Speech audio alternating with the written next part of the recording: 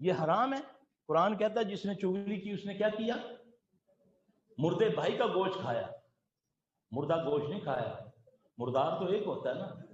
انسان پہلے، انسان حرام ہے نا، مردار بھی حرام ہے، پھر بھائی، تین حرام کھا کے پھر دعا قبول ہوگی. یہ ہے وہ چیزیں جس سے ہمارے عمل ضائع ہوتے ہیں. انبیاء علیہ السلام کوئی عمل کرتے ہیں تو خوف میں آتے ہیں کہ یا اللہ اس کو قبول کر لینا.